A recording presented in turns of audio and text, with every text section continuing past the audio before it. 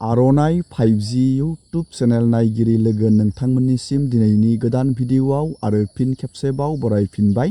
दिनैनि गोदान भिडिअआनो जाहैबाय जाय बिथांमोना PM किसाननि स्किमनिफ्राय रां मोनो, जाय बिथांमोना खेतियक, नोंथांमोना जुदि PM किसाननि 18थि इनस्टलमेन्टखौ नेगासिनो दंमोनब्ला नोंथांमोननि थाखाय मोनसे PM किसाननिफ्राय अफिसियेल फाइनाल रां सोनायनि आपडेट मोनफैबाय।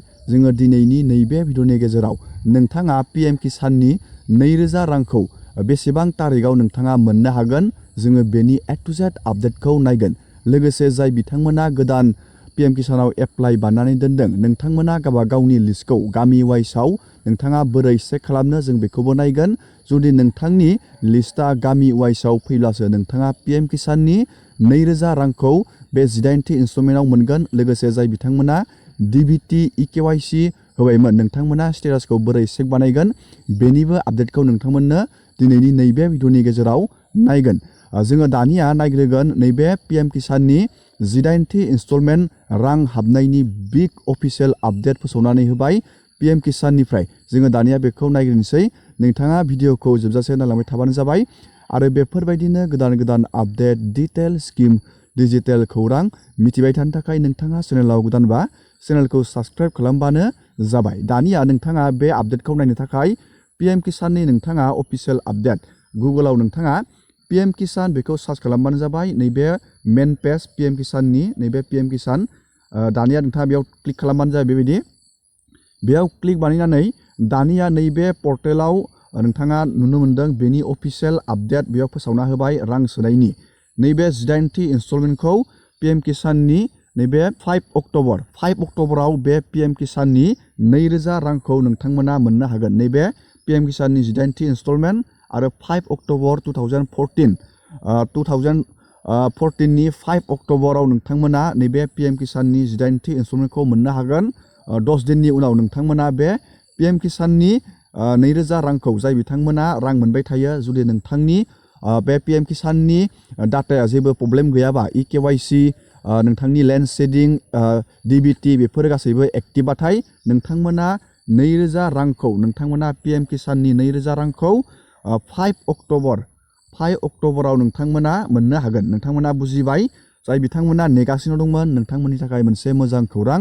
PM किसाननि 18थि इनस्टलमेन्टखौ 5 अक्ट'बराव नोंथांमोना मोननो हासिगोन। दानिया नोंथाङा बुजिबाय। जोङो दा नैबे भिडिअनि गेजेरजों बेखौबो नायबावगोन जाय बिथांमोना गोदानै एप्लाइ बानायनानै दोनदों PM किसानाव, माबा मोनसे जाहोनाव नोंथांमोना रां मोनाखै, DBT, लेन्ड शेडिं बेफोरखौ जुदि नोंथाङा होबायमोनब्ला नोंथांनि नामा नोंथांनि भिलेज वाइसआव फैनांगोन। अब्लासो नोंथांमोना PM किसाननि नैबे 5 अक्ट'बर खालि नोंथांमोना PM किसाननि रांखौ मोनगोन। नोंथाङा बे गावबा गावनि नामखौ गामि वाइसआव चेक खालामनो थाखाय नोंथाङा नैबे पेजआव फैनानै नैबेयाव नोंथाङा मोनसे अपसन नुनो मोनदों। नैबेयाव मोनसे अपसन नुनो मोनदों लास्टआव बेनिफिसारि लिस्ट। बे बेनिफिसारि लिस्टआव क्लिक खालामनांगोन। बेबायदि दानिया बेनिफिसारि लिस्टआव क्लिक खालामनानै नोंथांनि बेयाव स्टेट, नोंथांनि रायजोखौ बेयाव क्लिक खालामनांगोन। आं बेयाव आसामखौ क्लिक बानायबाय। दानिया नोंथांनि गावबा गावनि डिस्ट्रिक्टखौ बेयाव क्लिक बानायनांगोन। जाय बिथांमोना गोदानै एप्लाइ बानायदों, हमना ला आं बेयाव मोनसे डिस्ट्रिक्टखौ बेयाव क्लिक बानायनोसै। नैबे नगाव डिस्ट्रिक्टआव बेयाव क्लिक बानायबाय। बेबायदि दानिया डिस्ट्रिक्टनि साब डिस्ट्रिक्टखौ नोंथाङा नैबेयाव क्लिक खालामनो नांगोन। बेबायदि साब डिस्ट्रिक्टनि उनाव नैबेयाव ब्लकखौ क्लिक खालामनांगोन। बेबायदि ब्लकखौ क्लिक खालामनानै नोंथांनि VCDCखौ बेयाव क्लिक खालामबानो जाबाय।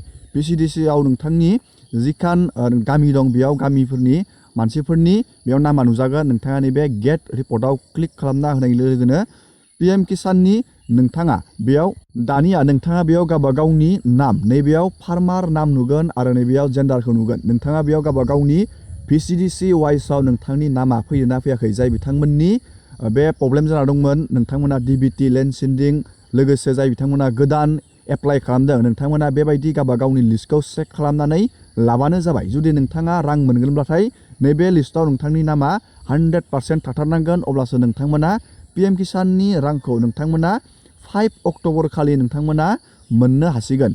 आरो जाय बिथांमोना बे DBT, EKYC नोंथांमोना होबायमोन, नोंथांमोना बेयाव स्टेटासखौ नैबेयाव नाउ इउआर स्टेटासआव क्लिक खालामनानै नोंथांमोना गावबा गावनि बेयाव स्टेटासखौ नायनो हागोन। नैबेयाव नोंथांनि रेजिस्ट्रेसन नाम्बारखौ होनानै नैबेयाव केपसाखौ होनानै नैबे गेट अटिपि आव क्लिक खालामना होनाय लोगोनो नोंथांनि गासैबो बेयाव स्टेटासखौ नुनो मोनगोन। बेयाव नोंथांनि डिबिटि लेन्ड सेन्डिं इकेवाइसि बेफोरो डान जाजोबनांगोन अब्लासो नोंथाङा रांखौ मोनगोन। नोंथाङा बेबायदि प्रसेसआव पिएम किसाननि रांखौ नोंथाङा मोनगोन। नोंथाङा चेक खालामबानो जाबाय जाय बिथांमोना गोदानै नोंथांमोना एप्लाइ बानायदों बेबायदि नोंथांनि गासैबो स्टेटासआ अके दंना गैया।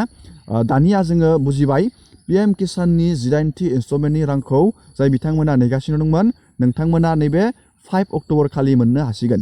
दिनैनि भिडिअखौ आं बेखिनियावनो फोजोबबाय। नोंथांमोना भिडिअखौ नायनानै मोजां मोनदोंबा लाइक खालामबानो जाबाय आरो बेफोरबायदिनो गोदान गोदान आपडेट गभर्नमेन्ट स्किम डिजिटेल खौरां मिथिबाय थानो थाखाय नोंथाङा चेनेलाव गोदानबा चेनेलखौ साबस्क्राइब खालामबानो जाबाय। एसेनोसै दिनैनि भिडिअआ।